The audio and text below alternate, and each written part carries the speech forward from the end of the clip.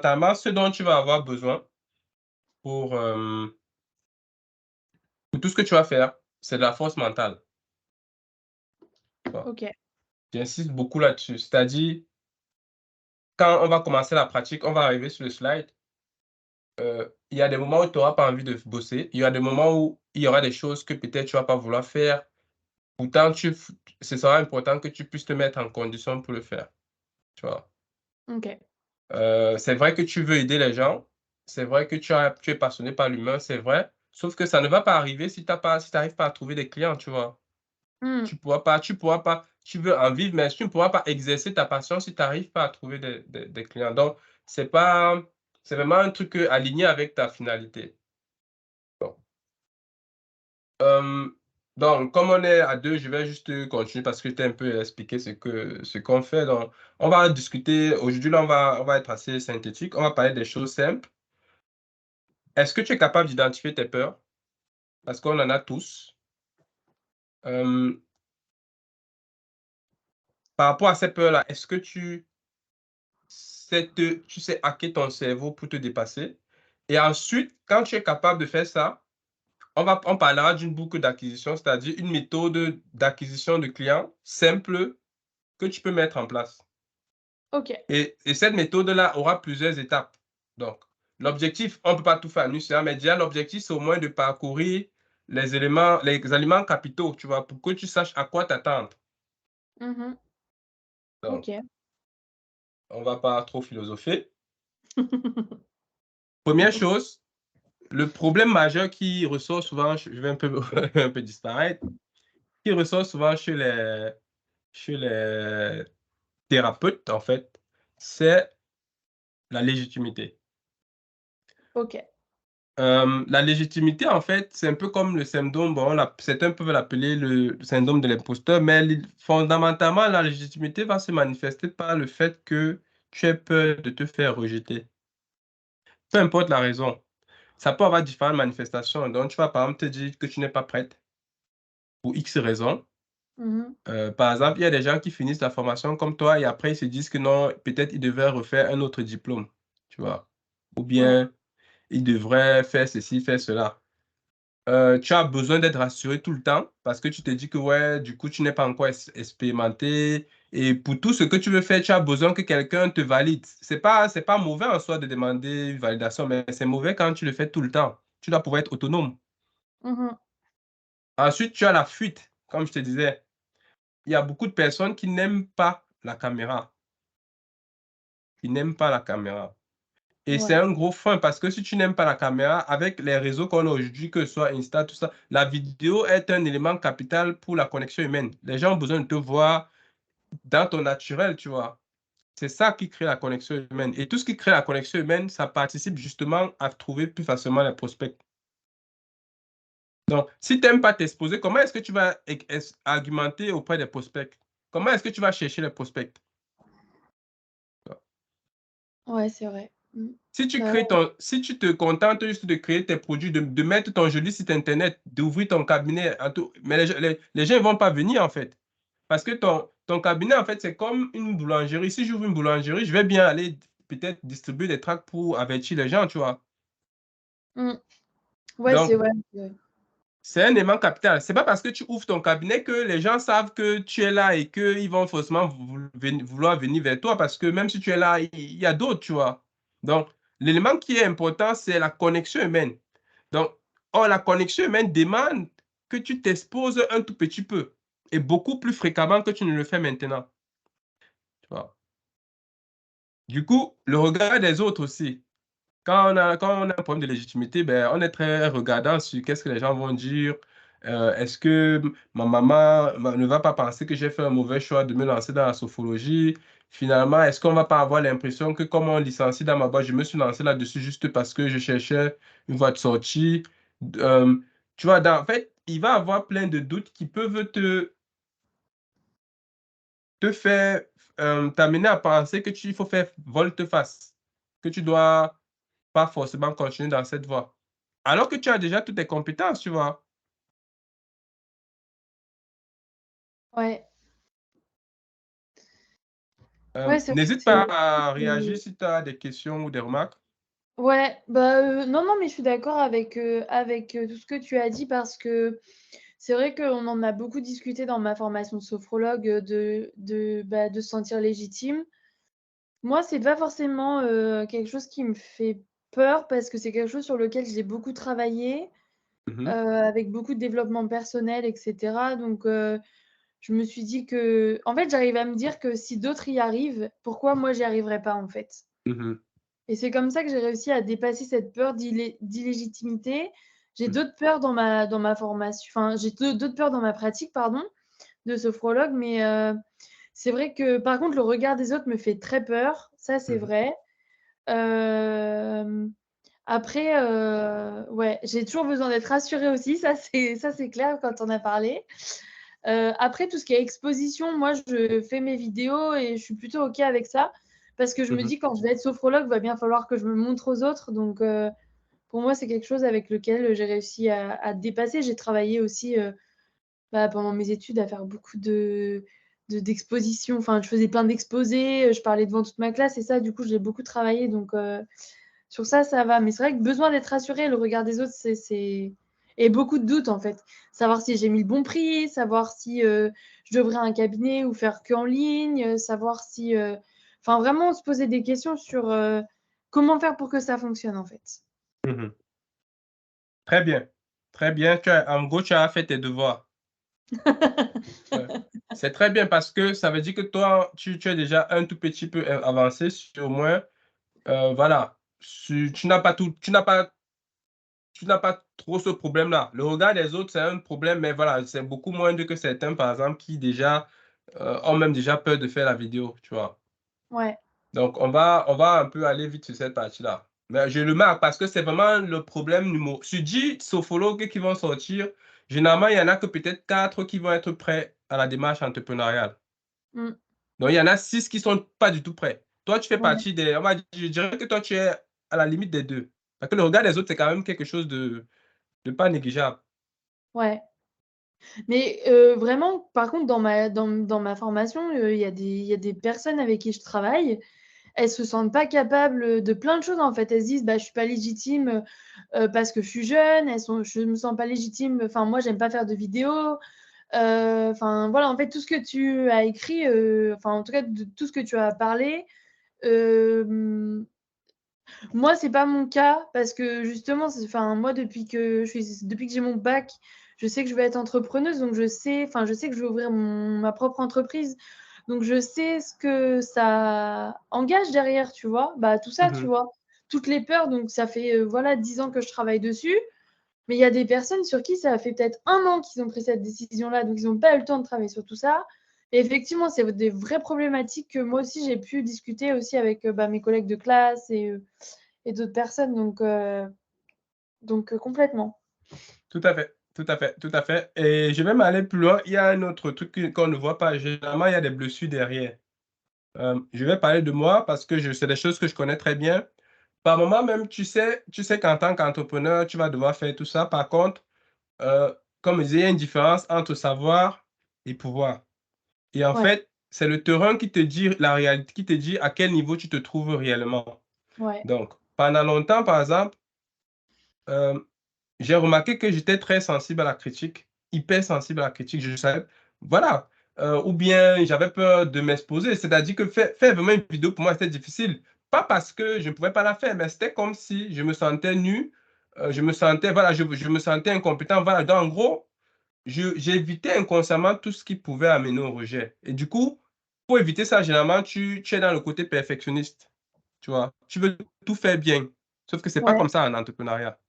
Ça si tu attends d'être parfait avant de faire les choses, tu vas jamais rien faire. Donc pour dire que tes amis qui sont très sensibles au rejet, je me dis que beaucoup d'entre elles savent qu'il faut faire ça. Sauf que quand tu as des blessures intérieures, des blessures émotionnelles, c'est beaucoup plus fort que ça, tu vois? mmh, Si tu as peut-être eu des carences d'amour quand tu étais petit. Donc en fait, à travers l'activité entrepreneuriale, on peut voir quelles sont les problématiques en profondeur que tu as? Et justement, beaucoup de personnes bloquent pas parce qu'elles ne savent pas ce qu'ils doivent faire, mais parce qu'il y a un travail déjà qu'elles doivent faire, qu'elles n'ont pas encore fait. Or, toi, tu l'as déjà fait. Mmh. Donc, quelque part, développement personnel va de pair avec évolution de ton entreprise. Mais ça, les gens, ils ne le savent pas. Ils n'en ont pas Mmh. suffisamment conscience. Ouais. Non, mais c'est ça, puis c'est ouais, c'est vraiment des déblocages qu'il faut faire, mais c'est vrai que il y a enfin, moi, ça fait comme je te dis, ça fait 10 ans que j'attends de faire ça et ça a mis 10 ans à se débloquer. C'est vachement long, en fait, Mmh. pour Mmh. débloquer parce que c'est vrai qu'il y a une comme tu l'as dit, il y a une grosse différence entre savoir et finalement pouvoir le faire, en fait. Mmh. Et il faut s'armer, en fait, pendant toutes ces années, de réflexion, d'être prêt à voilà, à s'affirmer, à se montrer aussi parce que, bah, voilà, enfin, à s'exposer, à dire: «Voilà, moi, j'offre ces services-là» et justement de gagner en légitimité, faut s'armer, faut vraiment travailler et ouais, c'est pas facile! Ouais, ouais, non, non, je vois que toi, tu es déjà ce qui est bien, c'est que tu as utilisé le mot, tu as déjà armé ton mental et ça fait longtemps que tu sais que tu veux faire ça. En tout cas, que tu sais que tu vas être entrepreneur et quand tu parles même, je peux déjà un peu voir le profil de personne que tu es. Voilà, il y a un côté ambition que tu as, Ouais, hem et ça, c'est c'est vrai. bien, ça dit que tu es un peu le genre qui veut tout défoncer pour avoir des résultats, hem, pour faire simple.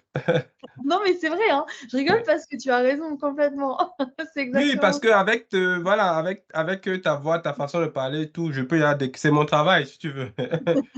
C'est mon travail donc c'est justement, c'est pas à part pourquoi c'est important? Parce que la façon dont je vais, par exemple, orienter la suite, la façon dont je vais peut-être t'accompagner, c'est pas la même façon que va accompagner quelqu'un d'autre, tu vois? Donc Ouais. ça commence toujours par comment est-ce que tu fonctionnes? Parce que comme tu fonctionnes d'une certaine façon, tu as déjà un certain avantage, d'autres, tu as aussi des faiblesses ailleurs. Mais du coup, c'est un peu comme une voiture, tu es peut-être une Mercedes, voilà, il faut que je fonctionne avec toi comme Mercedes, tu vois?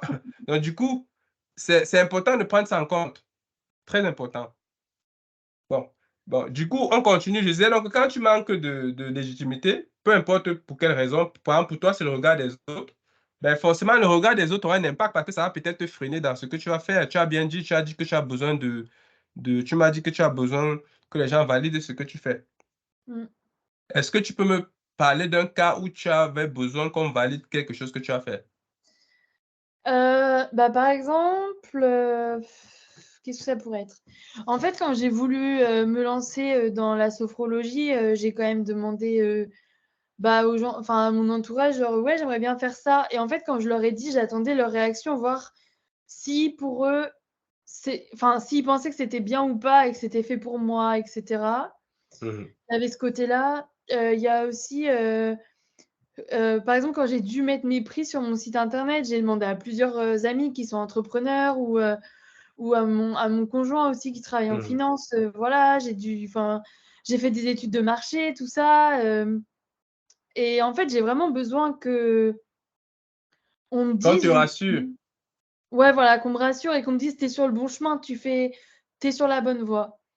Alors que ça, j'aurais aimé que ça vienne de moi et que enfin, c'est toujours bien d'écouter les autres parce que bon, sinon on va droit dans le mur souvent si on n'est pas capable d'entendre les autres. Mais j'aurais aussi voulu avoir, une petite part de moi qui me rassure en fait, moi-même et pas avoir besoin que les autres me rassurent. Oui, oui. Oui, oui, tout à fait, tout à fait, tout à fait. Ça montre encore bon, déjà, c'est normal parce que tu débutes. Par contre, la difficulté, c'est dans le ratio. C'est-à-dire que tu fasses recours aux gens, c'est bien. C'est même une très grande marque de sagesse parce que ça montre que tu as une intelligence collective. Parce que par moment même, tu peux avoir une idée qui est bonne, mais c'est toujours bien de voir, voilà. Par contre, il ne faudrait pas que ce que les autres pensent détermine tes choix. Parce que Ouais. tu vas justement arriver à des carrefours où tu veux faire des choses, mais les autres ne sont pas d'accord. Tu vas faire comment? Bah, non, mais c'est exactement ça en fait et c'est là où je me dis qu'il faut que ouais, que ce soit équilibré exactement et qu'en fait, je m'écoute moi d'abord et que je prenne les choses qui sont bonnes pour moi autour de moi et pas que je sois Mmh. trop influencée en fait. Tout à fait. Tout à fait. Donc du coup, c'est un peu ça. Maintenant, en termes de conséquences, ben, ça va être simple, hein.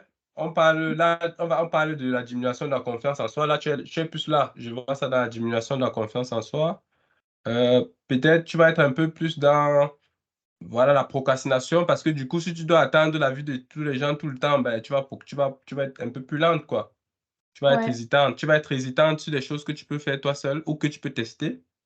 Mmh. Hem et surtout, j'aime bien dire, en fait, que la première chose qui est souvent difficile à intégrer, c'est que quand on est dans une démarche, on est proactif, heu, on n'attend pas le moment où on se sent bien pour faire les choses.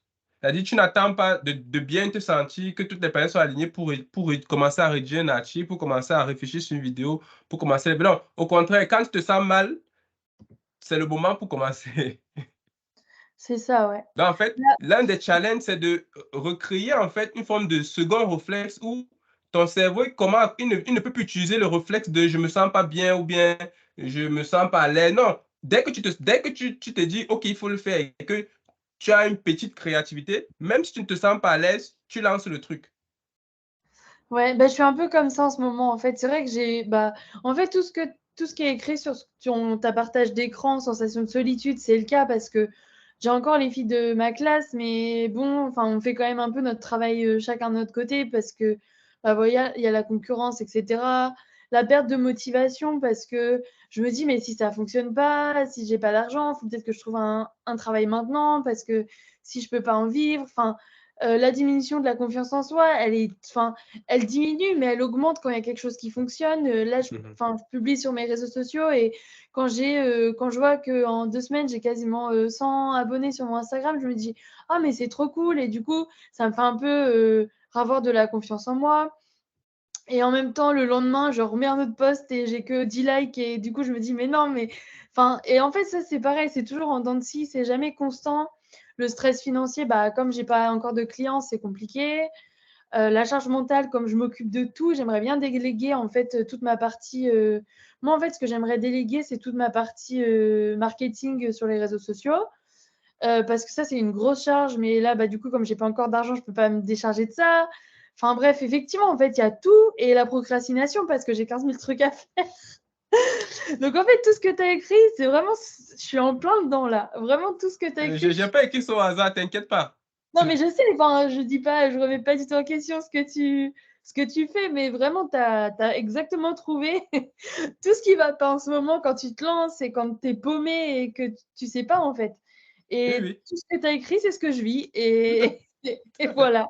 C'est magnifique, ça veut dire qu'on est dans les codes. C'est ça en fait, c'est ça, c'est-à-dire que voilà la réalité du terrain, ce que tu décris là Ouais, avec tes mots. ouais, C'est bah, la réalité, avec ça c'est la vraie vie. mmh, C'est pas le monde des bisounours. Bon, c'est clair.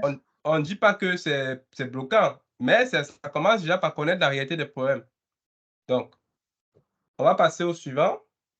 Hem, on va faire un exercice très simple là. Hem, tu as de quoi noter à côté de toi là? Ouais. Ou bien soit tu prends de quoi noter, soit tu as un téléphone et tu le fais en audio, tu enregistres, tu vas plutôt parler et ouais, on va dire en 1 minute, si je te demande: «Qu'est-ce qui t'effraie le plus actuellement?» tu réponds sans réfléchir, à la va-vite, sans filtrer. OK. Quels sont les Heu 3 trucs qui te font peur le plus par rapport à ton quand tu penses à ton activité? de pas en vivre et de pas en vivre, de pas pouvoir en vivre et de devoir retourner au salariat. Ça me fait très peur. OK. J'ai Pourquoi tu peur as peur de retourner au salariat? parce que, moi, c'est très compliqué de pas pouvoir de devoir, avoir un chef qui contrôle tout derrière moi, ça c'est compliqué, que je sois pas en fait, que j'ai un salaire et que moi, je suis quelqu'un qui suis une grosse travailleuse et en Mmh. fait, je trouve que je suis pas assez récompensée par rapport à mon travail, tout ça et en Mmh. fait, du coup, le fait d'avoir ma propre entreprise, je gagne ce que je mérite pour moi. Mmh. Et donc le salariat, en fait, il y a des limites au salariat.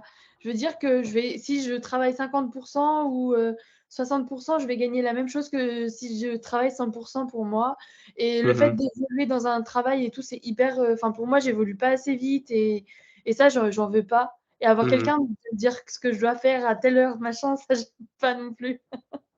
Mmh. Il y a ça. Il y a aussi j'ai peur, moi je suis quelqu'un qui vit très mal les échecs. Donc Mmh. si ça fonctionne pas, Si ça fonctionne pas, j'aurais très peur de comment je vivrais l'échec. OK. Heu, Il y a plusieurs questions que j'ai pour toi. Vas-y. Tu vois, on est parti des finances, on est parti sur le et du coup, on est parti sur le salariat et du coup, ce qui est émergé, c'est que comme tu disais, tu es ambitieuse, tu es travailleuse, par contre, tu as un côté rebelle. Ouais. Oui, c'est ça le mot-clé. Pourquoi tu ris? Non, parce que c'est non, je rigole parce que tu as complètement raison et ça fait plein de fois qu'on me dit que je suis quelqu'un, de rebelle. Oui, oui, c'est un mot qui me fait rire, mais c'est pas, mais oui, oui, Je complètement. le sais puisque moi-même j'étais rebelle. Donc je connais je suis un ancien rebelle. Donc je connais, je sais détecter mes gens. Heu, Ensuite, tu as dit, ben, tu as peur de l'échec. Qu'est-ce qui peut t'arriver de pire si tu échoues? Quand tu as dit que tu le vis mal, le vivre mal, ça représente quoi pour toi? Est-ce que tu as déjà eu un échec par le passé? Qu'est-ce qui s'est passé pour que tu Ouais, moi j'ai eu plusieurs échecs dans ma vie, pas forcément enfin, plus ou moins impactants pour, la suite, voilà. Mais mon premier gros échec, c'était quand j'étais au collège-lycée où je devais intégrer une école, professionnelle de enfin de handball et j'ai pas été prise pendant 3 ans. Enfin, j'ai jamais réussi à rentrer dans l'école. La première année, j'étais pas assez mature. La deuxième année, j'étais troisième, ils en ont pris 2 et la troisième année, j'étais première, ils en ont pas pris. mince. Du coup, ça a été, hyper dur pour moi. En fait, maintenant, avec beaucoup de recul, je me dis: «Mais en fait, c'est parce que c'était pas fait pour moi, tout Mmh. simplement». Mais sur le moment, je l'ai hyper mal vécu, c'est-à-dire que pendant plusieurs années, je pouvais pas en parler sans pleurer. Je me suis sentie, nulle, je me suis sentie dévalorisée. Je me suis sentie bonne à rien et en fait, pas capable de rien en fait, d'atteindre mes rêves et mes objectifs et tout ça quoi et vraiment c'était ouais, je me sentais nulle. Mmh.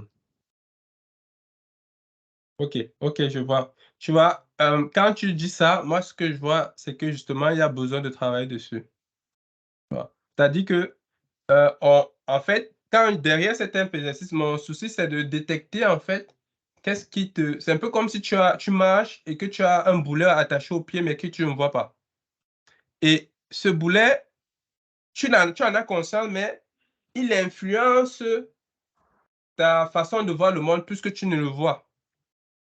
Donc maintenant, au lieu de dire que, par exemple, tu as peur d'en vivre, tu peux plutôt reformuler ton discours en disant: «J'ai peur que mon échec lié à l'école ne revienne me hanter». Est-ce que tu vois? Ouais, je vois. C'est-à-dire Après, qu'en fait, hem, c'est un peu comme si tu conduisais une voiture et tu regardes devant. OK, tu regardes devant et devant, c'est ton entreprise, elle doit fonctionner, tu dois avoir du chiffre d'affaires. OK, tu regardes devant. Ça, c'est bien. Sauf que tu as des choses sur la voiture qui te freinent ou qui t'empêchent d'aller à une vitesse nominale. Peut-être je prends un exemple, tes amortisseurs, ils vont plus bien, tes freins, ils vont plus bien ou bien tu la voiture est trop chargée, peu importe. mmh Donc, l'idée, c'est de dire que si tu prends ne serait-ce qu'un moment de lester ta voiture, tu vas naturellement avancer plus vite et donc naturellement avancer vers le résultat que tu veux, les finances. Par contre, si tu négliges l'état de ta voiture, tu vas peut-être être motivé parce que tu vas avoir les yeux sur l'argent, mais tu seras lente. Pas parce que tu ne veux pas, mais parce que ce résultat-là, quand tu agis et que tu as la pression d'une peur à côté de toi, ça ne te rend pas zen. Justement, ça débouche sur les comportements que tu as cités, c'est-à-dire la peur du regard des autres, la peur du qu'en dira-t-on, la peur de ce qui va se passer si ça échoue, la peur. Toutes ces peurs-là, elles te freinent. Ouais. Si tu ne les avais pas, si tu te sens, tu serais plus libre. Tu serais plus libre de tester. Tu serais plus libre. Tu seras justement moins affecté par les likes qui fluctuent du jour au lendemain. Tu serais moins affecté par le nombre d'abonnés qui avancent pas comme tu veux. Tu seras moins affecté par ce que les autres vont dire, tu vois. Et du coup, tu serais plus à même de carburer pour faire le travail. Et en plus, tu serais plus heureuse. C'est surtout ça. Ouais, je pense que c'est ça en fait, c'est exactement ça. C'est un frein dans mon activité parce que en fait, au lieu de mettre mon énergie sur les trucs qui peuvent arriver, je mets mon énergie en fait enfin, au lieu de mettre mon énergie enfin, en tout cas, mon travail, etc., sur des choses, par exemple, je sais pas, construire mon site internet, faire en sorte que ça fonctionne bien. En fait, je me concentre sur les trucs qui me freinent, comme tu as dit en fait. Tout à fait, tout à fait. Et je vais même aller plus loin. On le verra après. S'il y a une chose sur laquelle c'est important de se concentrer, c'est même pas tant ton site internet, c'est ton tunnel de vente. Mmh. On va le voir. C'est-à-dire que le site internet, c'est juste un point. Les gens, ils s'en foutent aujourd'hui. Les gens, ils regardent les sites. C'est comme je disais, imagine quand toi, tu passes dans la rue, dans la vraie vie, tu vois des kebabs partout, tu vois des boulangers partout, mais c'est pas parce que tu les vois que tu rentres dedans, tu vois. Donc, quand tu rentres quelque part, c'est qu'il y a vraiment quelque chose qui t'a attiré. Soit c'est parce que c'était proche de toi et tu n'avais pas le choix. Donc, au moins, tu as la proximité du bénéfice. Soit c'est parce que la personne là, voilà, tu aimes bien son relationnel, c'est quelqu'un de sympa. Donc, ou soit c'est parce que tu cherches un gâteau particulier. Donc, en fait, le site, c'est un peu comme ta boutique. Par contre, c'est pas, ça ne, c'est pas rentable de passer trop de temps à peaufiner le site. Il faut qu'il soit joli, oui. Mais le but, c'est de mettre l'essentiel. Ce Ouais, qui tu va être important au début, c'est de travailler ton tunnel de vente, c'est-à-dire ton processus d'acquisition, parce que c'est lui le plus dur. Parce que le processus d'acquisition, c'est, je prends dans ce que j'ai fait là. Avant ce webinaire, tu étais un inconnu pour moi. On ne se connaissait pas, tu vois. Mmh. Mais on commence, là, on est en train de discuter comme si on se connaissait depuis longtemps. Tu vois. Oui. C'est juste, si tu arrives à faire ça avec ton activité, tu sauras convertir parce que si tu as peut-être 5 personnes que tu arrives, ben, tu auras peut-être un client là-dessus, tu vois. Donc, en fait, la difficulté, ce n'est pas de créer ton produit. La vraie difficulté, c'est d'attirer les gens pour qu'ils viennent à toi. Mmh. Et ce processus-là, tu peux le faire justement que si tu es délesté de toutes les autres choses qui vont te faire douter, notamment ces peurs que tu as citées. Parce que ça demande beaucoup d'énergie d'aller acquérir, de travailler, d'aller vers les gens. Ça demande beaucoup d'énergie parce que c'est un peu comme si tu allais contre vents et marées. C'est ça. Et tu as bien reformulé. Te délester de tes peurs, c'est prendre ton énergie vitale pour le mettre là où il faut. Mmh. Tu as Mais c'est très pas bien. facile à faire. Ouais, ouais. J'ai vu que tu as. Je viens de voir un de tes avantages, une de tes forces, en fait, je pense, va être dans la communication, c'est que tu as une communication simple. Tu sais reformuler les choses en tes propres thèmes de façon à ce que ça parle à monsieur tout le monde. Merci, Ça va être un atout. je note. OK, on continue. Bah, c'était un petit exercice pour te montrer à peu près quel est l'intérêt de faire ça. Le but, c'est pas de dire que euh, tu veux, le but, c'est de trouver la peur qui se cache derrière la peur. OK. Parce que c'est elle qui bloque, c'est elle qui est chronophage. OK, bon, là, c'est maintenant la deuxième partie, la confiance. Et bon, j'ai déjà un peu abordé beaucoup de choses avec toi parce que voilà, on est qu'à deux, donc je peux me permettre certaines choses. Mais l'idée, en fait, c'est juste de te faire certains rappels pour que tu aies ce capital confiance tout le temps. C'est-à-dire que faut bien prendre en compte que tu es déjà formé, tu sais apprendre parce que tu as déjà plus de 10 ans, comme toi-même tu l'as dit, ça fait plus de 10 ans que tu ne peux pas être entrepreneur. Tu as déjà des expériences difficiles toi-même, c'est-à-dire que ce n'est pas la première fois que tu auras des difficultés. Mmh. Tu as déjà eu des difficultés justement à l'école et tu t'es relevé. Tu as peut-être digéré la douleur, mais tu t'es relevé. Et surtout, le but, c'est pas de tout comprendre. C'est-à-dire, on n'est pas confiant en soi quand on connaît tout. Non, non. Les éléments que tu as déjà là te permettent d'avoir assez confiance en toi. C'est pas parce que tu ne peux pas répondre à 2 ou 3 questions de comment est-ce que tu vas avoir les clients que tu dois remettre en question tout ce que tu fais. C'est pas parce que les gens, tes likes diminuent que tu dois remettre en question ce que tu fais. Parce que sur tes likes, il y a tellement de paramètres entre l'algo qui change tout le temps, les gens qui voient pas, les gens qui sont pas de mauvaise humeur. Il y a tellement de facteurs, tu vois. Donc, par moment, on a juste besoin de se rappeler certaines vérités qui sont juste à côté de nous. Mmh. Tu vois, quand il t'a dit tout à l'heure là que tu avais un atout, la communication simple, j'ai vu que ça a produit un effet. Ça t'a plu, tu t'es senti plus valorisé instantanément. Dans ta voix, j'ai senti ça. Tu vois. Donc, pourtant, je disais juste un truc qui est vrai. Ouais. C'est quelque chose qui, c'est un truc, c'est pas, c'est même pas, je ne sais même pas si, je ne vais même pas dire que c'est un compliment, c'est un truc que j'ai juste constaté. Est-ce que tu vois? Parce que, donc, le seul truc, c'est que je suis assez sensible pour détecter les choses dans les voix des gens, dans les voix des non-verbaux. Donc, euh, par contre, c'est une réalité, tu vois, que toi, si tu n'intègres pas, tu vas peut-être douter. Et c'est pour Oui, ça que du coup, tu vas souvent avoir besoin que les gens te disent des choses, que les gens te rassurent, parce que finalement, tu as des capacités. Par contre, tu ne les fais pas suffisamment ressurgir pour garder une confiance en soi solide et constante. Donc, je ne suis pas en train de dire qu'il suffit de te rappeler ça tout le temps pour que ta confiance revienne. Non, je suis juste en train de dire que si tu prends la peine de rappeler certaines vérités comme celle-là et de te l'afficher sur ton mur de ta chambre, quelque part où tu peux voir ça tout le temps, sur le mur du frigo, tout, en fait, tu vas rappeler à ton cerveau un certain nombre de vérités qui vont maintenir un niveau de confiance minimum. mmh, Donc, tu prends juste ça, tu l'affiches, et surtout, tu as plus de 10 ans. Toi, en plus, ça fait longtemps que tu travailles. Donc, tu peux ajouter plein de choses. Tu as déjà travaillé sur toi. Je suis même sûr que tu as peut-être essayé de lancer peut-être d'autres business à côté, peut-être seul avec d'autres. Donc, l'amour de l'entrepreneuriat n'est pas venu comme ça pour toi naturellement. Il y a quelque chose qui a fait un déclic.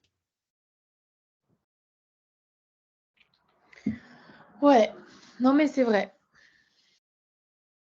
Qu'est-ce qui t'a poussé à te dire que tu veux devenir entrepreneuse? Est-ce que c'est juste le fait de pas être, de te dire que tu n'es pas faite pour être salarié ou que du coup le salariat ne te récompensera pas autant à la hauteur de ton investissement en termes de travail? Ou bien est-ce qu'il y a quelqu'un qui t'a quand même inspiré ou bien il y a quelque chose qui t'a dit, ah ben moi j'aimerais bien être comme ça? Alors il y a un autre facteur, c'est que moi, j'ai envie d'organiser mon temps comme j'ai envie. J'ai pas envie d'être prisonnière du 9h 17h, ça je veux pas. Et au niveau de l'inspiration, j'ai eu plusieurs inspirations. J'ai eu ma tante qui elle est vendeuse à domicile, de vêtements et du coup, en fait, elle s'est beaucoup occupée de moi quand j'étais petite parce qu'elle avait le temps pour moi, parce Mhm. qu'elle était pas salariée. Elle était sa propre salariée et je me suis dit que je voulais toujours faire ça, quoi. D'avoir le temps pour les autres, en fait. Et il y a aussi mes parents qui m'ont inspirée parce qu'eux, ils sont salariés et en fait, ils m'ont un peu dégoûtée du salariat. Enfin, voilà, ma mère, elle rentrait tard, quand j'étais petite, elle partait tôt. Enfin, elle faisait du 7h-19h, et c'était, des un métier qu'elle enfin, c'est un métier qui va elle travaille encore, mais c'est des métiers, mes parents, qu'ils aiment. Mais quand je vois en fait, qu'ils ont pendant, 45 ans, bossé, à faire tout le temps les mêmes horaires et à pas être libres, en fait, de faire ce qu'ils voulaient quand ils voulaient, parce que je les ai trouvés enchaînés à ce travail-là.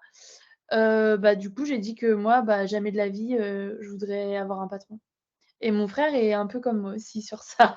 Je Mhm. pense que voilà. Oui, on a tous un peu, moi pareil, bon, j'ai eu un peu une histoire, c'est l'une des choses qui m'a fait quitter mon travail d'ingé, c'est qu'en fait, ça a pris du temps, mais je me sentais pas à l'aise, tout simplement. J'ai changé d'entreprise plusieurs fois, croyant que c'était l'entreprise qui avait des problèmes, jusqu'à me rendre compte que non, c'était moi qui avait des problèmes, c'est moi qui étais différent en fait. Donc, qu'il n'y avait pas d'autre solution, et surtout, il y a un truc que, moi, la créativité, j'ai besoin d'être créatif. La créativité, c'est une essence pour moi, en fait. Sauf que dans l'entreprise, c'est pas ça. Généralement, au début, tu découvres des choses, mais après, ça devient très vite ta routine. Donc, la créativité va de pair avec la liberté, ça va de pair avec quelque part tout ce que tu as cité là, l'ambition, tu explores. Donc, voilà, quand tu dis créativité, tu as plein de choses liées à la liberté, comme tu as cité. Et en fait, j'avais accumulé beaucoup d'années justement sans être créatif. Et ça a commencé à me détruire de l'intérieur. Mais j'avais pas forcément le courage de faire le pas, tu vois? Parce que c'est une chose de connaître ça, mais c'est une autre chose de le faire parce que tu as de l'entourage qui va peut-être te faire des remarques. Toi-même, tu as des doutes, tu te dis: «Est-ce que tu te trompes pas?» Voilà, tu peux par exemple mettre peux mettre facile 2 ans entre le moment où tu commences à avoir les signes avant-coureurs, comme quoi c'est pas ta place, et le moment où tu sors, tu prends le pas de sortir. Comment est-ce que je vais en vivre? Moi, j'avais démissionné, donc je sais que ce que c'est que de prendre ce risque-là et surtout, ben, de ne pas avoir peut-être un pôle emploi qui va te suivre derrière. Donc, quand tu parles, je vois très bien ce que tu étudies. Et puis voilà, tu es juste né comme ça. Donc maintenant, en fait, pour toi, entreprendre, c'est pas seulement une histoire d'avoir beaucoup d'argent autour, c'est plus que ça a une valeur liée même à ton bonheur, à ton Ouais, épanouissement, à ton c'est accomplissement. mmh, C'est-à-dire que les valeurs de liberté, de flexibilité, de gain, c'est des choses qui comptent beaucoup pour toi. oui. Voilà. OK, très bien. On va continuer. On arrive dans les vraies choses, le terrain. Donc, tout ce qu'on a fait là avant, c'était juste pour déballer le terrain des peurs. Et justement, on va arriver dans l'essence un peu de l'acquisition du client. Ça, c'est l'essence, c'est-à-dire que on reste sur ce qui est factuellement important. Le reste, voilà, on n'en parle pas parce que, voilà. Tu as déjà un peu mentionné certaines choses. Tu as parlé de ton humeur qui fluctue parce que ici, tu as un like, demain, tu n'as pas de like, etc. Mmh, Première chose que j'aimerais rappeler, le but, c'est pas d'avoir des likes, le but, c'est d'avoir des clients. ouais. Très important.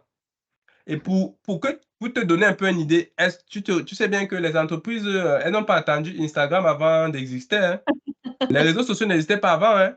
Et pourtant, les entreprises savaient bien trouver les clients. Toi-même, tu l'as bien dit, ta tante est vendait à domicile. Ouais.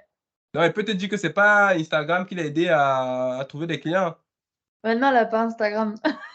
Ouais, justement, c'est pour te dire en fait que la différence entre le marketing et la vente, c'est que quand on dit marketing, beaucoup de personnes pensent qu'il suffit d'être visible sur les réseaux sociaux parce que c'est ce qu'on vend. On dit en gros que le modèle, c'est tu crées une communauté, tu gonfles la communauté et dans cette communauté, il y a les gens qui vont te suivre et puis tu balances ton offre.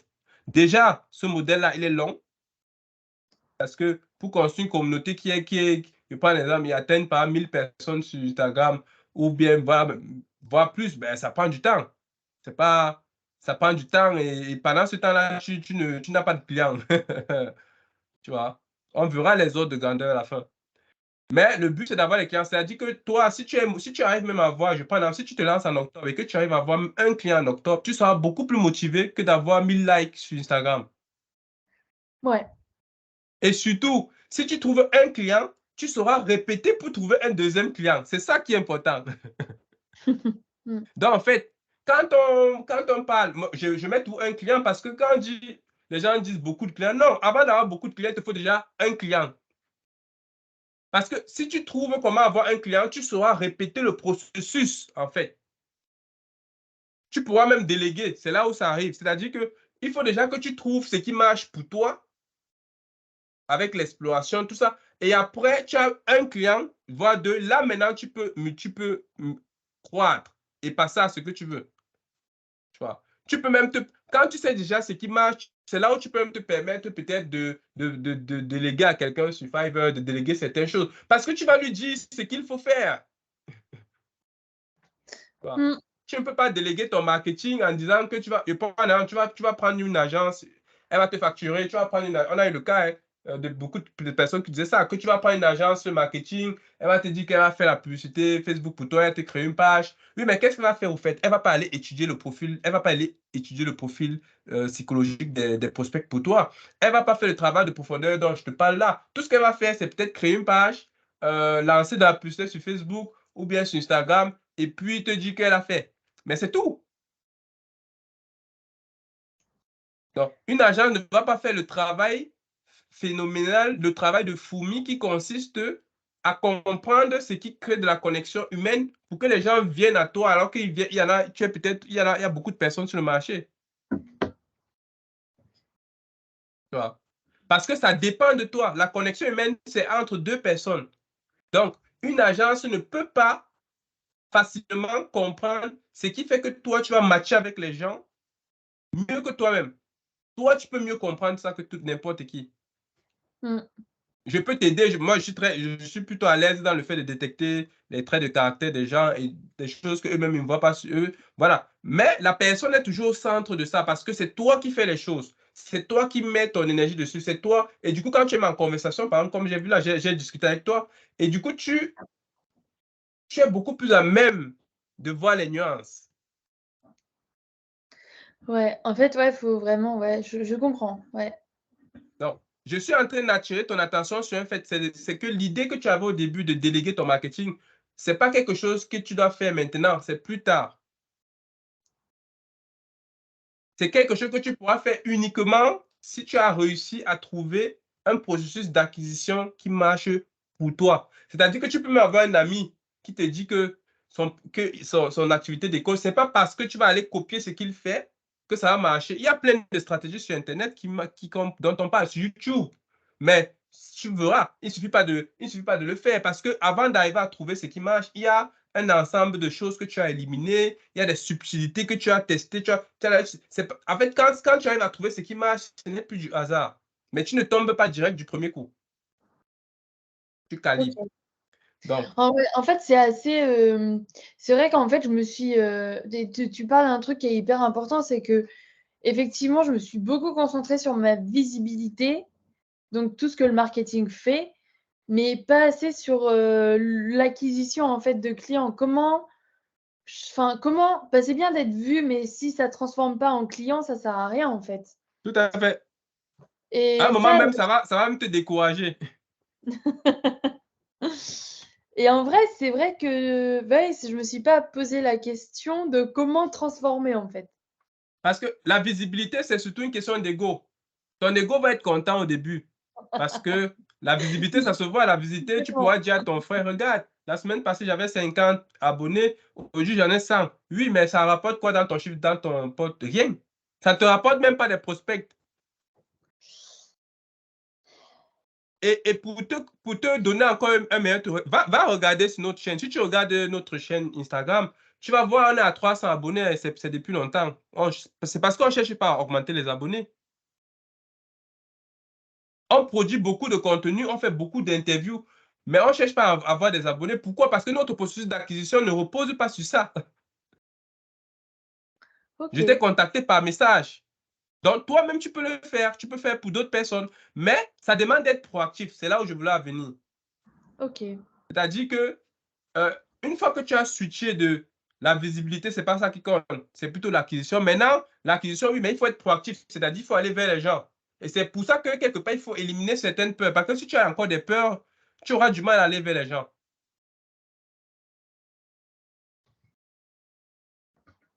Donc, d'accord.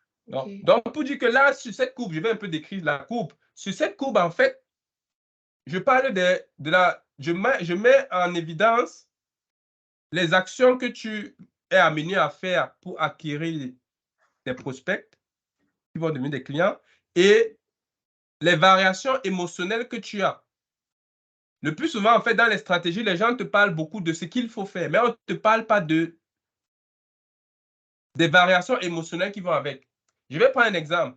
Quand tu dis produit du contenu, OK, produit du contenu, c'est bien, c'est chouette, mais il faut le faire régulièrement, peut-être 3 fois par semaine. Donc, après, quand tu es en mode produit du contenu régulièrement, à un moment donné, tu es obligé d'avoir une certaine organisation pour suivre Mm. le rythme. C'est-à-dire, tu as oublié, rien que produit de contenu, déjà, t'impose une certaine intensité de travail. Et rien que cette intensité, si tu n'es pas à l'aise avec, parce que ça vient peut-être gratter ta liberté, tout à l'heure, tu disais, mais tu empoisonnes, peut-être ça va te prendre beaucoup, beaucoup d'heures, tu vas dire, ouais, voilà, je n'ai pas prévu. Donc, ça peut te frustrer. Donc, il y a un côté choc, un côté déni que tu peux avoir qui peut te ralentir. Parce que produire du contenu, c'est du boulot. Ça, c'est un. De deux, les retours. Comme je t'ai dit, je disais qu'il fallait être proactif. C'est-à-dire que quand tu publies du contenu, tu ne restes pas juste les bras croisés en observant que les gens viennent les abonner, oui. Mais le but, en fait, dans le processus d'acquisition, c'est de savoir qu'est-ce qui match. Je prends un exemple concret. Tu peux être sophrologue et tu te dis, je sors et tu te dis, ouais, ouais, moi, j'aimerais bien travailler avec les enfants ou bien j'aimerais bien travailler avec faire des ateliers à la nature, j'aimerais bien travailler avec les hôpitaux. Donc, en fait, tu as plusieurs personnes que tu peux adresser et tu as des souhaits. Mm. Sauf que dans la pratique, ce n'est pas ton souhait qui se matérialise. La cible qui matche à toi, ce n'est pas forcément la cible que tu veux. Donc, pendant que toi, tu es en train de vouloir peut-être forcer du côté des écoles, tu peux peut-être être, il y a peut-être une cible qui peut être matchée avec toi naturellement, peut-être les parents, parce que ils ont des problèmes de couple, ou bien tout simplement des élèves qui ont des, parce que généralement on attire à nous des gens qui ont un peu des expériences, des difficultés que nous aussi on a vécues, ou bien ça peut être des élèves tout simplement qui ont vécu des échecs dans leur vie. Donc, pour dire que l'important au début, ce n'est pas de faire ce que tu veux, ce n'est pas de t'adresser à la cible que tu veux, c'est de trouver la cible qui match naturellement avec toi. OK. Parce que moi, j'ai déjà défini ma cible, c'est plutôt des jeunes sportifs. Mais tu l'as Hem, défini sur quelle base?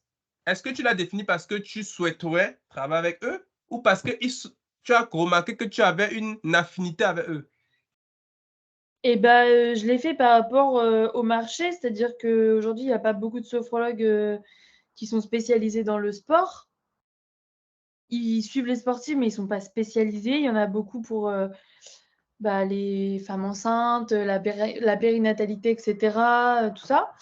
Pour les enfants, pour, les acouphènes, pour les personnes, qui ont un cancer. Mais par contre, pour les sportifs, il y en a pas forcément. Enfin, en tout cas, quand on va sur les réseaux sociaux, il y en a quelques-uns et qui ont pas ouais, qui ont pas, enfin, en tout cas, je pense qu'il y avait quelque chose à apprendre ici, que c'est aussi, moi, je suis sportive depuis, que je suis, bah, depuis toujours, depuis que j'ai 3 ans, donc c'est aussi un secteur que je connais, donc c'est plus pour ça, en fait, que je suis allée vers ça, mais c'est pas forcément naturellement, j'attire les sportifs, c'est pas du tout ça. C'est plutôt moi qui vais vers les sportifs et pas les sportifs qui vont à moi. Très bien. Un des points, on va dire que là, avec ce que tu dis, je comprends en fait que tu es à la mythe. Un des points que tu as marqué qui est capital, tu as dit, je fais du sport depuis que je suis toute petite. Et ça ne me surprend pas parce que les caractéristiques que tu as, l'ambition, le fait d'être récompensé pour ton travail, le désir de travailler, le désir d'en vouloir plus, la liberté, c'est des caractéristiques de performeur. En Ouais, gros, c'est les caractéristiques de sportif. Parce que quand on est sportif, c'est pas pour faire de la figuration. Quand on est sportif, c'est un milieu très compétitif. oui, Donc, c'est le milieu de la performance par excellence. Donc, un sportif, par exemple, quand tu lui apprends la respiration, ce qui l'intéresse dans la respiration, c'est pas qu'il va être zen. Ce qui l'intéresse, c'est peut-être qu'il va rentrer dans la zone. Et comme il va rentrer dans la zone, il sera beaucoup plus performant pour gagner. C'est ça qui l'intéresse. ouais, c'est ça. Donc, là, je te parle des axes que tu peux utiliser, des axes d'argumentation que tu peux déjà utiliser. Tu vois que le simple fait de savoir que tu vas parler à un sportif, il y aura tout le côté dans ta tête, dans ton argumentation, c'est les éléments qui vont faire trait à l'amélioration de la performance, qui vont faire un déclic, c'est-à-dire, peu importe l'outil que tu lui donnes, limite même l'outil, il s'en fout. Mais ce qui va l'importer, c'est l'impact. Et pour les sportifs, ce sera un peu comme les start-up. Eux, ils ont besoin de savoir mettre de la légèreté. Je parle de la zone parce que c'est un truc qui leur parle. Euh, voilà, si tu lui dis par exemple que voilà, je t'aide à rentrer rapidement dans la zone pour donner le meilleur de toi-même, ça peut lui parler. Mmh. Alors que tu n'as pas parlé. Parce que le rôle que les sophrologues, les thérapeutes en général font souvent, c'est qu'ils parlent beaucoup de ce qu'ils font, ils parlent beaucoup de stress, ils parlent beaucoup de respiration, mais ça ne parle pas aux gens. Ce qui parle aux gens, c'est l'impact que ça a sur eux. Bon, Ouais. ça, là, c'est des éléments que j'injecte comme ça en aparté. Mais ça, là, déjà, on rentre déjà un peu dans la négociation, parce que l'idée, c'est que tu dois être capable de convaincre un sportif que tu rencontres au supermarché, par exemple, alors que tu n'avais pas prévu de le rencontrer. Tu vois? Tu Mmh. dois être capable de parler, d'ailleurs, tu dois être capable de parler de ce que tu fais du cadre où tu es prêt, hors des réseaux sociaux. Tu pars à un anniversaire, tu rencontres, tu dois être capable d'en parler. Voilà, tu dois être capable de captiver l'attention des gens. Ouais. Maintenant, tu vois, tu commences à voir l'important d'être dans un processus d'acquisition, c'est que tu es proactif, même dans ta tête. Ouais. Complètement. Mais c'est ça qui me manque aussi, la proactivité. Parce que, l'entrepreneuriat, moi, j'ai travaillé beaucoup sur moi, mais c'est plus, tu vois, du développement personnel, mais c'est pas, la technique, en fait. C'est vraiment une technique à avoir d'entreprendre parce qu'il faut savoir être proactif Oui, tout à fait. et ça, c'est vraiment un truc que, du coup, j'ai pas du tout acquéri parce que, j'ai été dans l'entrepreneuriat enfin, depuis longtemps et dans l'entrepreneuriat, on t'apprend pas à être proactif, en fait. On t'apprend à suivre, ce qu'on te dit de faire et ça, c'est vraiment un truc, que tu soulignes et qui est hyper important. Oui. Je le souligne parce que justement, quand on accompagne les gens, c'est sur des éléments comme ça. C'est parce que ça, c'est la réalité du terrain, en fait. Là, on est dans le vrai, on n'est pas dans le. Voilà, sur Internet, tu peux trouver des stratégies, tout ça, mais dans la réalité du terrain, comme je te disais, le but, c'est de trouver toujours des choses qui marchent avec toi. Et donc, le côté proactif fait que là où tu es avantageux, c'est que ton développement personnel va te permettre d'aller rapidement, beaucoup plus rapidement que les autres. Tu auras moins de résistance. Tu vois. Donc, si par exemple, toi, aujourd'hui, on te donne les techniques, tu pourras le faire beaucoup plus simplement que quelqu'un qui n'a pas déjà fait du développement personnel sur lui. Mais le Ouais. simple fait de switcher ton attention sur je veux être visible et plutôt de je vais aller acquérir des gens, maintenant tu te mets en mode chasse. Maintenant tu es en mode chasse. Tu vas te rendre compte que chaque fois, partout, tu vas partir, tu es en mode radar. Tu es en mode radar. Maintenant, il y a des méthodes, parce que le but n'est pas d'être un vendeur de tapis. Donc, maintenant, il y a une façon de travailler ton discours qui fait que ton but, en fait, tout le monde ne peut pas être intéressé, mais ton but, c'est finalement d'avoir un discours et une énergie, un état d'être où quand tu parles, celui qui a le problème se reconnaît. Un peu comme quand je t'ai envoyé le message. Je ne te connaissais pas. Je reviens tout à l'heure, c'est-à-dire on n'avait aucun point en commun avant cette discussion. Mais à travers un message, c'est même pire, on n'a même pas discuté en face à face. Donc, à travers un message, tu te dis, ah, ça m'intéresse. Ouais. Tu vois. Ouais, Donc, parce que surtout que je commençais, donc forcément, tu me proposes de l'aide. Donc, forcément, avec ton message, oui. ouais, ça m'a. Oui. Sauf que dans le message, il y a des points que je mets pour te montrer que je comprends ton problème. Tu vois. Donc, première chose, donc pour dire que si toi, ta cible, c'est le sport, l'idée, en fait, avec le sport, c'est que la stratégie, en fait, que je vais te proposer, c'est d'être capable, en fait, d'utiliser ton contenu comme un radar. Je vais te prendre un exemple. Quand je débutais sur la procrastination, en fait, à la base, comme tu as dit, je suis un ingénieur, donc je ne suis pas du milieu des thérapeutes à la base. Donc, j'ai travaillé sur la procrastination et l'autoréalisation. Donc, en gros, qu'est-ce qui te bloque et comment tu fais pour dépasser ça? Et j'ai travaillé sur ça parce que moi-même, c'était un frein pour moi. Et après, j'étais allé dans une université à Strasbourg et j'ai vu que beaucoup d'élèves avaient beaucoup de problèmes de ce type. Mmh. Et j'avais un problème au début, c'était comment captiver l'attention des gens. Parce que quand tu arrives là, les gens, ils s'en foutent, ils ne veulent pas discuter avec toi. Et à peine tu ouvres la bouche. Donc, en fait, j'ai compris que un des moyens de capter l'attention des gens, c'est de toujours venir pour résoudre leurs problèmes. C'est-à-dire, une des difficultés dans la démarche proactive, c'est tu sais que tu vas vers les gens, mais tu vas d'abord vers les gens pour eux. Si tu vas vers les gens pour toi, en mode qu'est-ce que je gagne, qu'est-ce qu'il faut que je convainque, tu as tout faux parce que ils vont le sentir, ils ne vont pas du tout être intéressés. Donc, comment tu court-circuites ça? C'est justement l'avantage de ton contenu, le contenu que tu crées, que ce soit des vidéos, que ce soit des écrits, c'est des techniques. Il doit avoir des techniques. Bon, je n'en parle pas, mais il faudrait que tu donnes des techniques aux gens avec ce que tu connais dans la sophrologie, parce que c'est les techniques-là qu'ils peuvent utiliser et se dire, ah, la respiration que Solène m'a donnée, ça marche. Et c'est comme ça qu'ils retiennent que Solène est compétente, que Solène est compétent. Ils ne vont même plus se demander si Solène vient de sortir de l'école. Ils s'en foutent du diplôme. Les gens, tout ce qu'ils regardent, c'est est-ce que Solène m'a donné quelque chose qui résout mon problème? Ah, OK. Ouais, parce que là, pour l'instant, mes contenus, c'est plutôt j'explique ce que c'est la sophro, à quoi ça sert et tout.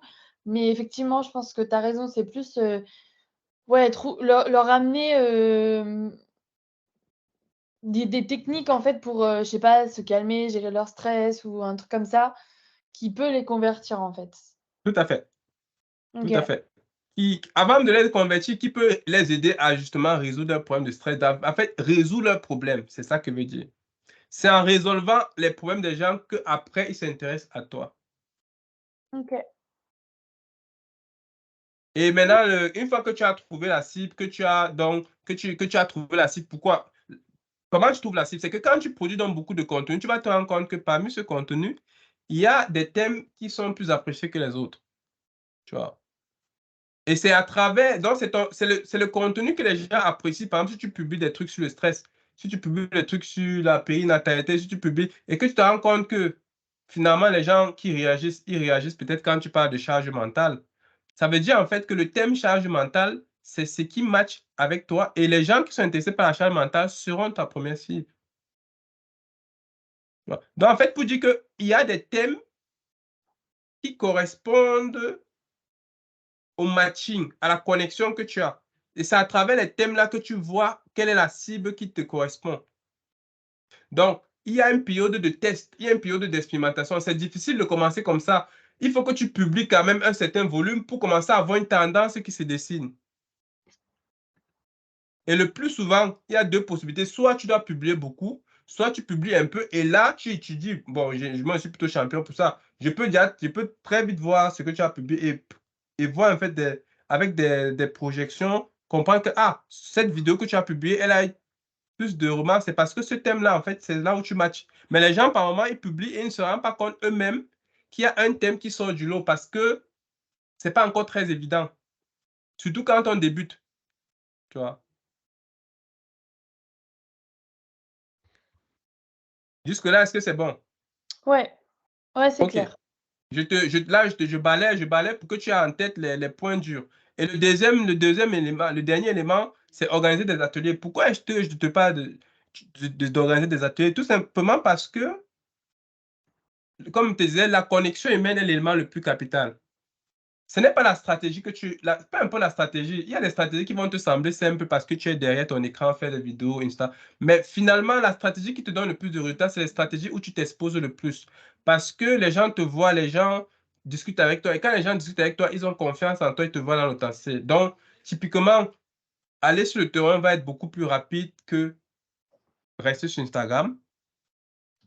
Faire des ateliers comme je fais là avec toi en vidéo, ça va être beaucoup plus rapide que attendre que tu produises des articles et que les gens viennent à toi. Parce que à travers un entretien comme ça, tout simplement, tu vas te faire peut-être une idée sur moi.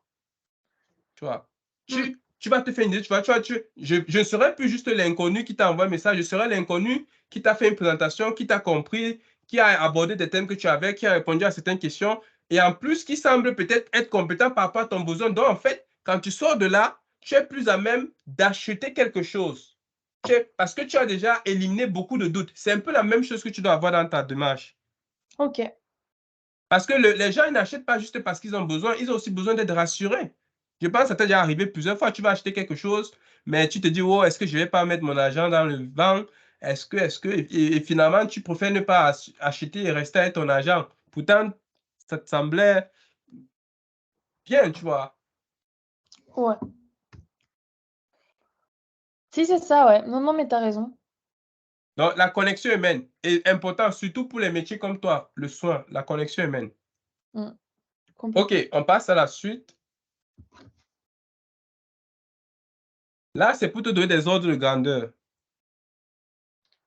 Que tu sois préparé mentalement. Ça, on n'en parle pas beaucoup. Je vais commencer par le pire des cas. On va beaucoup parler de faire des chaînes YouTube. On va te dire que le SEO est monté, c'est descendu. Que oui, Google, tout ça. Oui, ce qu'on va pas te dire, c'est que pour que tu réussisses sur YouTube, il faut au moins 6 mois. OK. Au minimum. C'est-à-dire 6 mois où tu publies des vidéos. C'est-à-dire si tu publies des vidéos de façon constante, que tu es proactif pour aller rameuter les gens. Et c'est là, c'est au bout de 6 mois que peut-être les gens vont commencer à venir sur ton site. Je dis bien peut-être. Mm. Facebook, Instagram, même chose. Si tu veux continuer ta stratégie de la visibilité, si tu produis régulièrement et que tu es proactive, voilà, que tu ne te relâches pas, c'est pas avant 3 mois que tu vas pouvoir peut-être trouver, que quelqu'un va te contacter et peut-être vouloir travailler avec toi. Ouais. 3 mois, c'est le OK. minimum. C'est-à-dire, ça peut être plus. Les partenariats, tu peux te dire, par exemple, que tu veux travailler avec des salles de sport, comme tu es dans le sport. Ouais. Voilà, là, c'est beaucoup plus rapide. Euh, Ça peut se compter en semaine, on va dire de l'ordre de 2 mois. Parce que la différence, c'est quand tu vas prospecter là-bas, ils vont s'intéresser à ton parcours, à ton nombre d'années d'expérience. Tu vois. Donc, quelque part, il y a besoin de t'adresser à beaucoup de salles de sport pour qu'il y en ait une qui veulent travailler avec toi. Et quand celle qui va travailler avec toi, elle va travailler avec toi par rapport à ce que tu es comme personne. Parce elle va voir en fait que ta personnalité match avec celle d'un sportif. Même si tu n'as pas d'expérience, elle va vouloir te donner la chance. Ensuite, tu as le téléphone, tu as le terrain. Le terrain, c'est d'aller, voilà, pas d'aller à se loger. Le terrain, c'est quoi? C'est peut-être tu prévois de faire un atelier une fois par mois ou une fois toutes les 2 semaines. Et tu vas sur le terrain dans les marchés Et tu discutes avec les gens tout simplement, comme à l'ancienne. Bonjour, nanana, et puis tu leur parles de ce que tu, de ce que tu fais et tu les invites, s'ils sont intéressés, tu prends le contact pour les inviter à l'atelier. Un instant, s'il te plaît.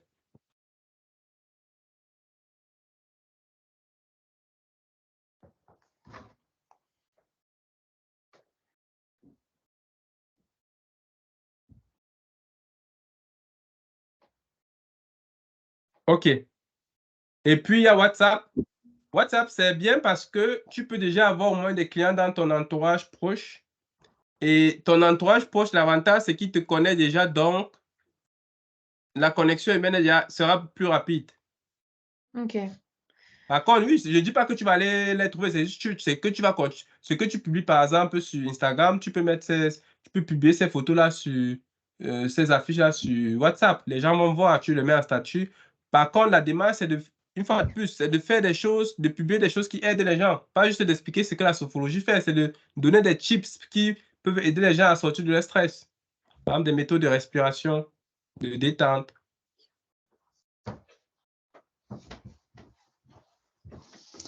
Ok. Et sur WhatsApp, tu fais comment? C'est genre, t'envoies des messages directs, tu fais des... Non, je mets des statuts, je vais te montrer. Bon, j'ai Ah, ok. enlevé, c'est pas grave, je publie beaucoup sur WhatsApp, c'est parce que tu as. Il faudra. Tu m'enverras ton numéro, comme ça tu pourras voir mes statuts. Tu pourras. Ok. Tu m'envoies ton numéro, comme ça, voilà. Tu pourras voir mes statuts. Et en fait, je publie à peu près. Maintenant, bon, au début, je publiais beaucoup, maintenant, je publie à une fois. Je publie 7 slides chaque fois que je publie, donc deux à trois fois par semaine. Et c'est typiquement, en fait, c'est comme si je fais des cours. Je fais des cours en ligne, en fait. Ok. Donc, j'ai D'accord. structuré dans les cours, voilà, c'est bien structuré. Voilà, tu n'es pas obligé de faire ça, mais l'important, c'est de comprendre que ça doit aider les gens. Bon, Ok. donc, c'est essentiellement ce dont je voulais te parler, parce que, tu vois, là, on a juste déblayé le terrain. On n'est même pas encore dans le concret, mais tu as déjà fait un shift par rapport à ce que tu pensais avant. Tu vois. Maintenant, ça, c'est la cerise sur le gâteau. Ce qu'on fait généralement, c'est qu'on a un programme de 5 semaines là, qui dure 5 semaines, où l'idée justement, c'est d'aider à pratiquer ce dont je t'ai parlé là. C'est-à-dire, on est dans le concret, le faire. On n'est pas dans le. Voilà. Ce que j'ai dit là, oui, on peut, mais ce qui compte, c'est de faire, c'est de faire les choses. Et le plus souvent, on a souvent un manque parce que quand il faut faire les choses, justement, il y a une cadence qu'on doit maintenir pour beaucoup de choses. Aller vers les gens, rédiger le contenu, comment convaincre les gens. Il y a beaucoup de détails, en fait, auxquels on ne pense pas. Mais c'est sur le terrain qu'on se rend compte que ben, ça demande une technique et c'est pas forcément décourageant. Nos proches ne nous aident pas. Donc, en fait, on a des accompagnements sur 5 semaines. Le but n'est pas d'aller, parce qu'on sait que voilà, les gens n'ont pas beaucoup de choses au début, mais sur 5 semaines, de t'aider à lancer un peu le truc, en fait. De t'aider à prendre une intensité pour que tu puisses au moins mettre en place ta boucle d'acquisition. Ok. C'est Donc, ça le but, c'est-à-dire, si en 5 semaines, par exemple, on travaille et je t'aide à faire à faire même un processus, à faire même le processus que je viens de faire là. Imaginons au bout de 5 semaines, tu es capable ne serait-ce que d'attirer une personne dans un atelier. Je dis une personne, pas deux. Tu vois, je te parle que des trucs simples, une personne. Si tu es capable de le faire, quand je ne serai plus là, tu pourras le répéter en fait et tu n'auras plus peur parce que tu te seras convaincu que ça marche, que c'est possible. Tu n'auras plus de doute.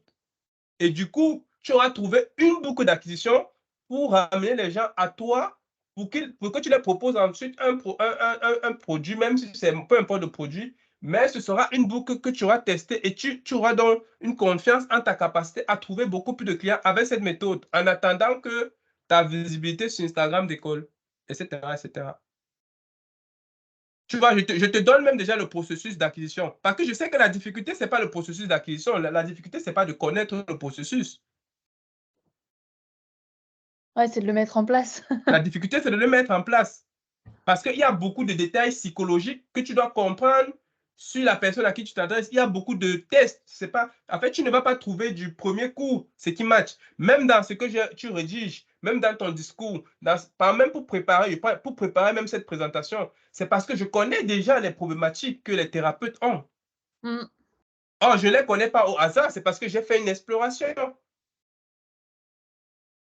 J'ai fait une exploration, bon, et aussi, j'ai aussi mes expériences perso, j'accompagne aussi. Mais pour dire que c'est un mélange de beaucoup de choses qui sont un peu ma signature, un peu de certaines choses et tout, qui font que je peux taper net dans ce dont tu as besoin. Et je le dis tout de suite, je peux même te donner toute la formation. Je sais que ce n'est pas ça qui compte. Ce dont tu as le plus besoin là, c'est d'être soutenu pour que justement, quand tu as des doutes, que tu puisses faire les choses, que quand tu as besoin d'une technique, que tu puisses avoir la technique, voilà, et surtout que tu puisses avoir de l'intensité. Et dès que tu as stabilisé ta boucle d'acquisition, pap, c'est fini. Là, maintenant, tu auras un seuil de confiance suffisant pour être autonome. Voilà. Ok. Bah, Et merci. je remarque que je me suis toujours demandé pourquoi est-ce qu'à l'école, dans les écoles de thérapeutes, on n'invite pas des entrepreneurs du terrain pour venir parler des vraies choses. Parce que, en fait, j'ai remarqué que c'est parce qu'on ne veut pas décourager les étudiants. Si on le fait, beaucoup de personnes risquent de ne plus vouloir devenir sophrologue ou thérapeute. Parce que c'est beaucoup plus difficile qu'on ne le pense. Ouais, maintenant que j'y suis, oui. Oui, c'est pourquoi? Parce que déjà, la sophrologie, ce n'est pas remboursé par la Sécurité sociale. Donc, quand quelqu'un doit dépenser 60 € pour venir faire une séance et que peut-être il faut 5 séances pour avancer, tu comprends très bien que ça tape, ça fait 300 €. Combien de personnes vont avoir 300 € à dépenser régulièrement comme ça? C'est pas facile, tu vois. Les sportifs, eux, heureusement, ta cible, eux, ils peuvent se permettre parce que, voilà. Mais pour dire que, en fait, les gens ont peut-être des besoins, mais par rapport aux difficultés financières qu'ils ont, même s'ils ont le besoin, il y a encore le cap des finances. Donc, on a fait des statistiques. La plupart des sophrologues n'arrivent pas à vivre de leur métier aujourd'hui en France. Pas parce qu'il n'y a pas une demande, il y a beaucoup de demandes. C'est juste que comme la sécurité sociale ne couvre pas ses frais, la plupart des personnes ne vont pas le faire. Donc, pour trouver vraiment des clients, il faut vraiment avoir trouvé un truc par rapport à toi. Et une fois que tu l'as fait, là, maintenant, tu peux te démarquer parce que tu auras un réseau, le bouche à oreille. Mais c'est plus difficile quand tu débutes, un peu comme quand tu démarres la voiture.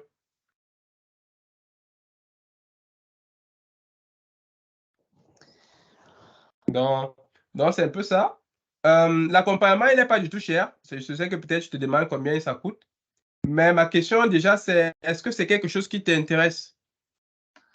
Bah, là, pour l'instant, pour être honnête, comme tu l'as bien souligné, moi, financièrement, enfin, moi, j'ai pas de chômage en Irlande, j'ai rien.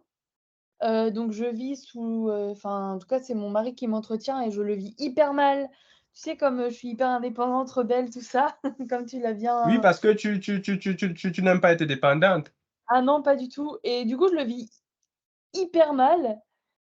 Et du coup, pour moi, là, les dépenses, je le fais vraiment le minimum, minimum, minimum, parce que, bah, je supporte pas être dépendante de mon mari. Donc là, moi, financièrement, je suis pas capable, de Tu m'offrir une vois? formation. Même si j'aimerais, mais je peux pas me le permettre. En fait, les arguments que tu dis là, ça dépend de comment tu les prends. Il y a pas de souci, c'est pas pour juste vendre le truc. Heu, Si moi je suis ton mari, quand tu parlais, je me voyais un peu à la place de ton mari et que toi si toi tu veux me voir pour une formation, pour un truc qui va aller dans ton bonheur, dans le sens d'accélérer ta démarche, je ne vais pas le voir. Toi, tu le vis mal, mais moi je vais pas le voir, je vais pas le vivre mal. Je serais même très content parce que j'aurais l'impression que ça accélère le processus. Et à contrario, juste pour que tu aies un ordre de grandeur à tête, parce que tu peux te dire que c'est très cher. Tout le processus que tu décales en 5 semaines, c'est 60 €. C'est 60 € pourquoi? Par séance? L'accompagnement, là, c'est-à-dire que normalement, c'est un truc qu'on fait en collectif. C'est-à-dire, c'est 60 € pour l'ensemble du processus. OK, ça va ça. Non, oui, tu vois que maintenant, je peux te rajouter des choses si tu veux avoir des questions, parce que si tu veux peut-être avoir accès à moi pendant, voilà, avec des, peut-être sur WhatsApp, des questions. En fait, ce que je veux te dire, c'est que c'est donné, en fait. C'est pas cher. C'est ça que je veux Mmh. dire. Peut-être toi, tu pensais à 500 €. Il y a des trucs, je sais qu'il y a des trucs qui coûtent hyper cher d'ailleurs, mais je pense que c'est moins de 100 €. Tu vois que c'est pas, il y a pas, ça coûte beaucoup moins qu'un sac de, un de tes sacs de luxe que tu as à la maison, tu vois. J'ai pas de sac de luxe, moi. Peu importe, c'est pour Moi, dire mes sacs que, d'euros, tu sais, j'ai mes sacs, je les achète pas très cher. Hein. Je suis pas fan de trucs de mode et tout. Non, non, moi, pas tout ça. Pas de trucs ok. superflus. Mais oui, Non, t'as maintenant, raison. je T'as t'ai donné raison. le prix pour que tu te rends compte que c'est vraiment accessible. C'est fait. Parce que je connais que c'est difficile quand on se lance. Ouais.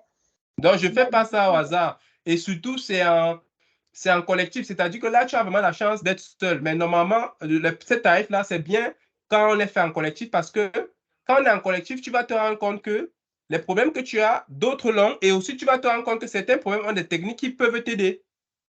Et surtout, tu vas te sentir soutenu. C'est-à-dire que tu auras une famille qui travaille avec toi. Un peu ce que tu disais au début, tu disais que tu as des camarades.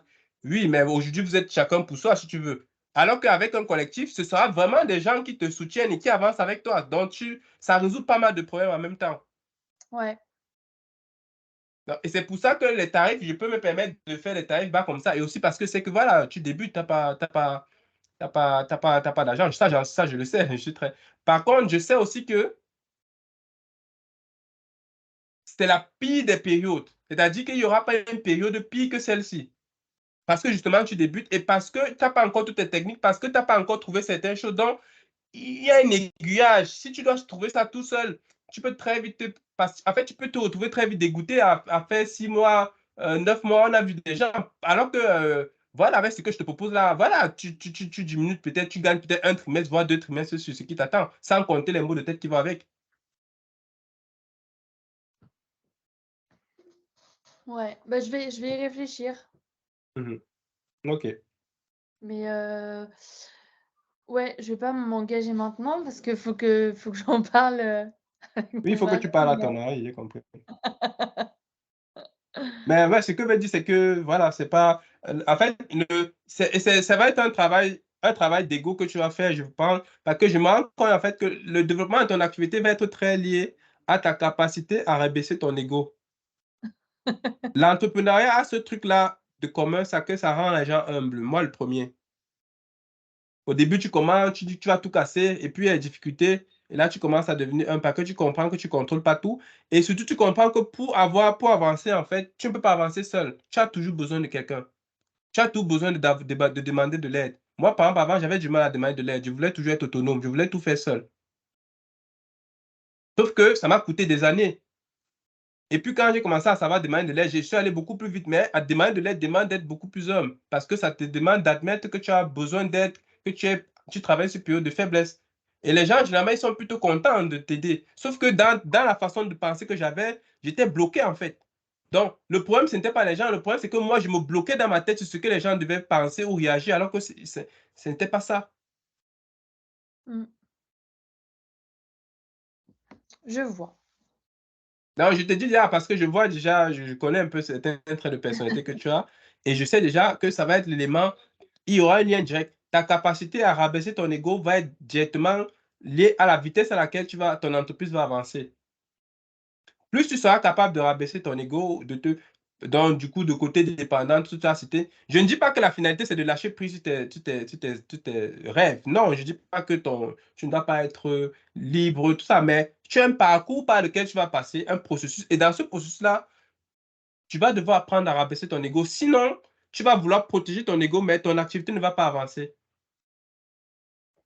En fait, là, je vois pas trop le lien qu'il y a avec mon enfin, tu parles de mon ego, mais je vois pas, enfin, je pense avoir un ego, mais il est pas, enfin, il est présent comme dans tout être humain et là, je vois pas, en fait, ce qui te fait dire que mon ego va m'empêcher de faire que mon entreprise, fonctionne. Non, J'ai vraiment pas compris. non, en fait, si tu veux, je vais prendre le cas de moi. Je vais prendre le cas de moi, peut être beaucoup plus illustratif. J'avais du mal à demander de l'aide, première chose, parce que je voulais être autonome. Euh, J'avais du mal à me faire rejeter, parce que pour moi, le rejet, ça faisait écho à des choses que je n'avais pas vécues, qui étaient difficiles pour moi. J'avais du mal à parler de ce que je faisais à mon entourage. J'avais du mal à publier des choses parce que je me disais qu'on devait me critiquer. Donc, en fait, moi, je suis quelqu'un, je sais que j'avais un très grand ego.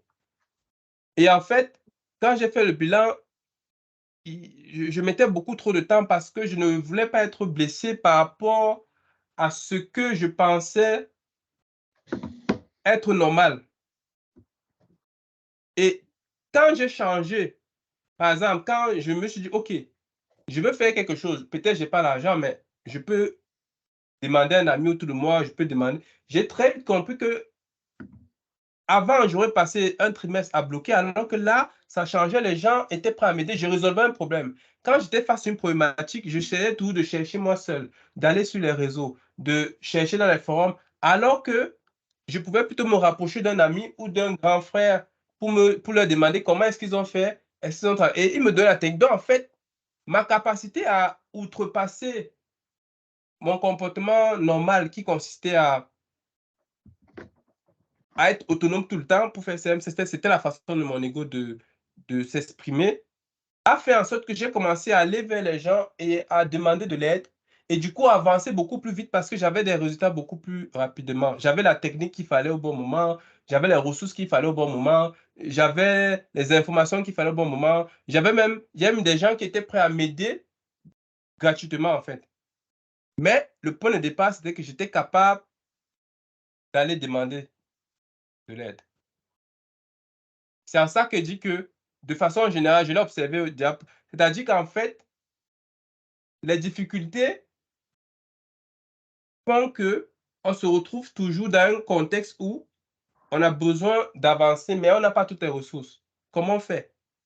Et si on reste toujours sur notre façon de voir le monde, on risque d'être lent. Et quelque part, donc, c'est là où il y a le développement personnel. C'est que l'entrepreneuriat t'oblige à te développer personnellement, dans le sens où ça t'oblige à changer ta perception des choses. Tu vois? C'est un peu de ça que je parlais. Ah OK. OK, ça fait plus, C'est sens maintenant. c'est de ça que je parlais. Il y a un lien, il y a vraiment un lien direct entre ta capacité à évoluer intérieurement, à mettre à jour ta perception et ta capacité à demander de l'aide. Plus tu seras capable de demander de l'aide, plus ton entreprise évoluera. Et tu vas donc beaucoup plus atteindre le niveau où tu es indépendante.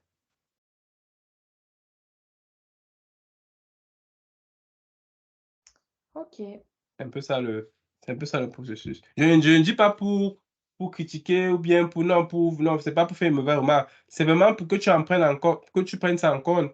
Parce que ça, rien que le fait de prendre ça en compte, ça va influencer la façon dont tu prends les décisions. Et tes décisions vont influencer tes actions. Et la boucle est bouclée. Non, non, mais je le prends pas mal, c'était juste, enfin, je voulais juste comprendre. Je savais bien que c'était pas pour critiquer, c'est juste pour, relever un truc, pour, m'améliorer, mais il y a aucun problème. Mmh. OK. Bon, bah, merci beaucoup pour la présentation. Mmh. C'était très intéressant. Du coup, je vais partager quand même, ton nom, à mes collègues de classe, parce que je suis sûre qu'il y en a plein aussi, comme moi, que ça peut intéresser, Oui, de travailler sur ces déblocages. tu peux Et leur envoyer le lien. Bon, le lien n'est plus à jour, mais tu peux leur donner mon contact Insta et puis ouais, voilà, il y a d'autres séances que j'organiserai. super. Bah, Tu peux même je leur donner les tarifs d'accompagnement. Comme tu as dit, le but, c'est vraiment des tarifs collectifs parce on sait de quoi on parle, on sait à qui on s'adresse. Tu peux même leur parler de tout ça. Moi, j'ai pas de problème dans cette transparence-là. J'aime bien dire aux gens que je vous offre au prix d'un client tout un programme. Parce que c'est ça, 60 €, c'est le prix d'une séance. ouais, Donc, dès que tu trouves un client, tu as rentabilisé, en fait.